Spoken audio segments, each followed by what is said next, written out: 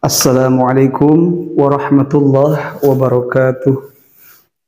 Alhamdulillah nahmaduhu wa nasta'inuhu wa nastaghfiruh wa na'udzu billahi min syururi anfusina wa min sayyiati a'malina. May yahdihillahu fala mudhillalah wa may yudlilhu fala hadiyalah. Allahumma shalli wa sallim wa barik ala Rasulillah. Amma ba'du.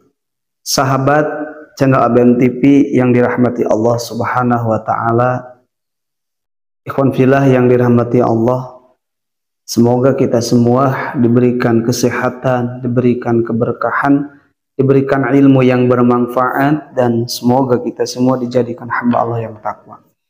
Saya doakan dan kita berdoa semoga hajat-hajat kita Allah kabulkan, senantiasa kita dibimbing dengan hidayah dan taufiknya dari Allah Subhanahu wa taala. Yang mempunyai hutang, semoga Allah kasih jalan untuk bisa melunasinya.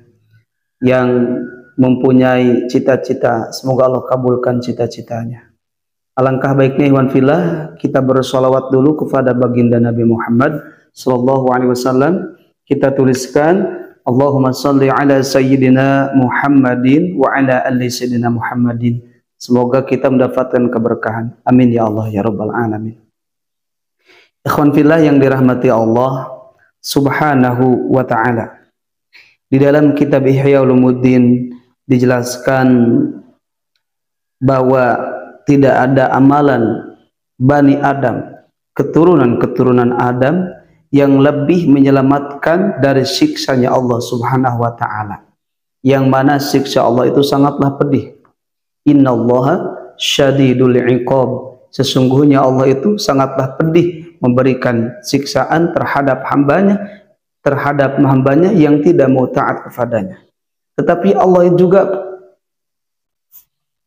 zat yang pemurah, sehingga dia memberikan kesempatan untuk hambanya bertaubat. Allah menjadikan malam supaya orang yang berbuat dosa di siang hari bertobat di malam hari.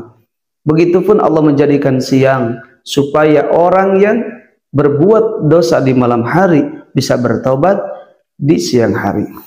Nah, di sini kata Rasulullah sallallahu alaihi wasallam, tidak ada amalan yang akan menyelamatkan Bani Adam dari siksa Allah Subhanahu wa taala min dzikrillah, hanya zikir pada Allah Subhanahu wa taala, hanya mengingat kepada Allah Subhanahu wa taala.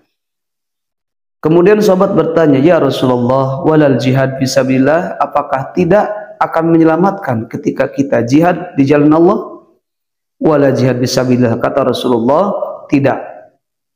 Maka ikhwan fillah, ketika kita memperbanyak zikir, ini akan menjadi solusi dalam kehidupan kita.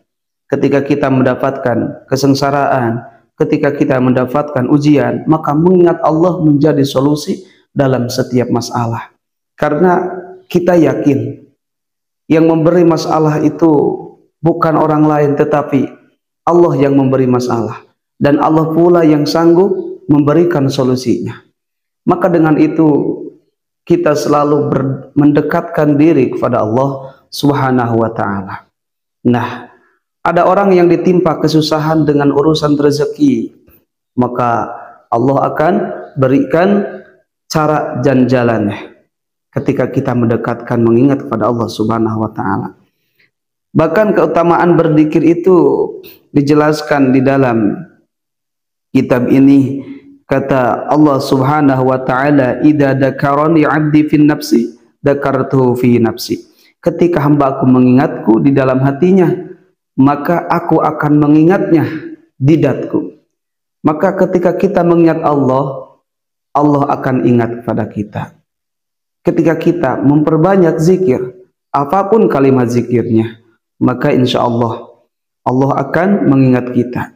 Bahkan amal yang paling baik yang akan membersihkan diri kita, yang akan mengangkat derajat kita adalah zikir kepada Allah Subhanahu wa ta'ala. Bahkan orang yang sibuk hatinya zikir di kantor, di pekerjaan, dimanapun dia selalu berzikir pada Allah, maka kata Allah Subhanahu wa ta'ala dalam hadis qudsi, sibuk dengan mengingatku daripada dia meminta kepadaku, maka aku akan berikan sesuatu yang lebih utama yang orang lain memintanya.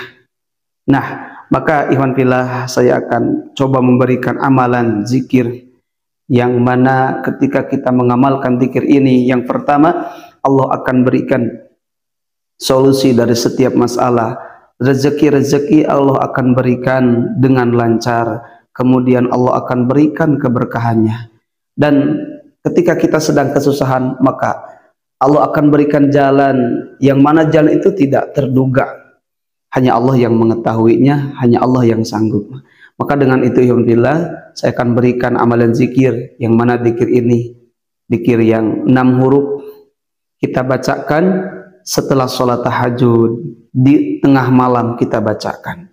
Kita bacakan di tengah malam, kita bacakan sesudah tahajud, kita bacakan sebelum subuh. Maka insya Allah Allah akan berikan kemanfaatan, keberkahan dari zikir itu.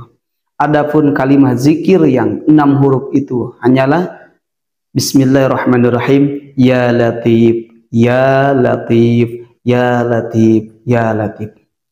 Kalimat zikir Ya Latif Asmaul Husna itu kalimat yang sangat anggun, sehingga dijelaskan dalam Al-Quran, fad'uhu biha, dengan Asmaul Husna kita berdoalah. Maka setelah kita melakukan sholat tahajud, setelah kita melakukan sholat sunnah di tengah malam, kita bangun menghadap kiblat. Setelah kita sholat, ya, setelah kita sholat tahajud dan sholat apa, kita berzikir sebanyak mungkin kalimat zikirnya Ya Latif. Insya Allah Allah akan berikan kelembutan hati, Allah akan berikan rezeki-rezeki, sehingga dijelaskan, ulama menjelaskan zikir Ya Latif itu menarik rezeki. Zikir Ya Latif itu akan memperlancar rezeki, akan menjadikan sebab masalah-masalah kita Allah akan tolong, Allah akan tolong, Allah akan berikan bantuan. Nah, ikhwan fillah, itulah zikir yang mungkin ikhwan fillah beruntung bisa menemukan video ini dan coba kita amalkan. Saya selalu mengamalkan dengan jamaah setiap malam Jumat membaca zikir Ya Latif, Ya Latif, Ya Latif, dan kebiar dengan jamaah membaca Ya Latif. Nah, alangkah baiknya kita amalkan setiap malam setelah sholat tahajud, dan semoga apa yang kita amalkan didasari dengan keikhlasan. Kita mengingat Allah dan kita ingin ditolong oleh Allah Subhanahu wa taala, bukan hanya di dunia, tapi harapan terbesar kita ditolong oleh Allah Subhanahu wa taala nanti di akhirat, yang mana tidak ada pertolongan terkecuali pertolongan dari Allah Subhanahu wa taala. Ikhwan fillah yang dirahmati Allah, sahabat yang beriman, semoga bermanfaat. Billahi hidayah wa taufik. Wassalamualaikum warahmatullahi wabarakatuh.